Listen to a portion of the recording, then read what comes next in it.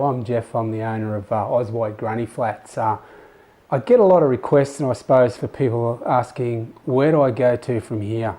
What are our next steps to obtaining approval for Granny Flats? Well, the first thing you do is you contact us, and put some numbers below so you can do that. You contact us, we'll do have a brief talk, and also what I'll do is I'll ask you for your site address, and I can look this up on our in-house mapping system and let you know straight up what can go on and what can't. So that's the first step. The next step is that before we come out and do a site inspection, you'll need 3 forms. They are a section 149/2. You'll need your sewer diagram, and you'll need your title reference as well. Now I'll run through these 3, let you know what they are and how come you'll need them. Just remember, all these 3 documents you'll need anyway. If you go with us or with another company, you'll need these to get approval on your granny flat, whether you do it through a CDC or a DA.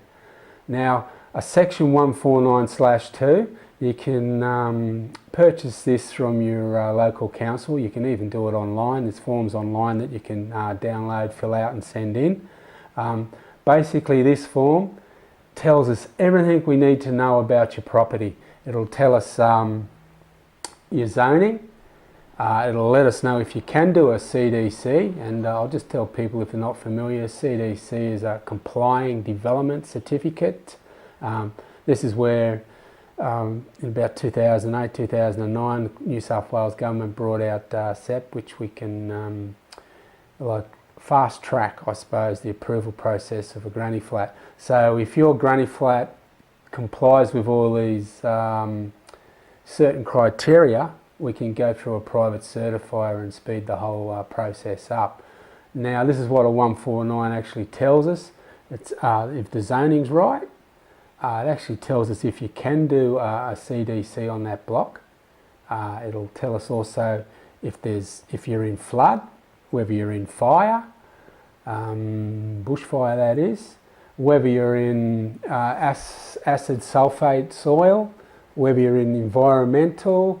It tells us everything that we need to know so that we can continue on the way of the approval process. So it's a very important piece of document that we need, or whoever you go with will need to progress any further. Now the next one is your sewer diagram. Now for obvious reasons we need this. We need to know when we start to build, obviously, where we can hook into your sewer, and also too we need to know where the main sewer line is. Now if your main sewer line, or the council's main sewer line, runs through your block, we have to build away. You'll have an easement there, so we'll have to build away from it. We can build up to it, but council don't really like that. So with the sewer diagram, we can anticipate if there's going to be any impact on the local council's infrastructure, which is the sewer. So that's also a pretty important document we need. Now the last one's your title reference. Now the title reference will tell us a couple of things. It'll tell us who owns the property for a starter, so that they need that before they can go any further. It'll also tell us if there's any easements on there, such as your sewer, water, whatever. It'll tell us what easements are on there. It will also tell us if there's any covenants on the property. So covenant is something that they put on there so that every house in the area gets built to a certain standard.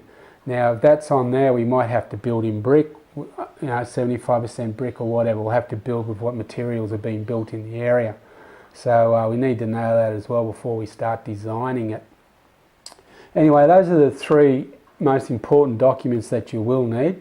Like I said, we're going to need these to proceed any further with the building approval anyway. So we need these to get. You can get your 149, like I said, at the local council. You can do it online. You can go in. When you're in there as well, there's a thing called a section 94. It's a developer's contribution fee. This is a fee that you pay to the council for the right for developing your block. Now, while you're in there, get a quote on how much it is or how much it isn't, because some councils charge fees, some don't. So get that in writing too while you're in there. The sewer diagram, you can either get that off the council or you can get it online as well, and I'll put some links down below so that you can go online and do that, or you can just waltz into Reese's Plumbing and they'll also purchase a sewer diagram there. Now with the title reference, you can get that online. Like I said, I'll have all the links below so that you can click on it, and then that'll take you to the site where you can purchase the title reference. Now we also provide a service for a measly $200. We can do this all for you, so if you don't have the time or the energy or you don't really want to deal with it, we can handle all that for you.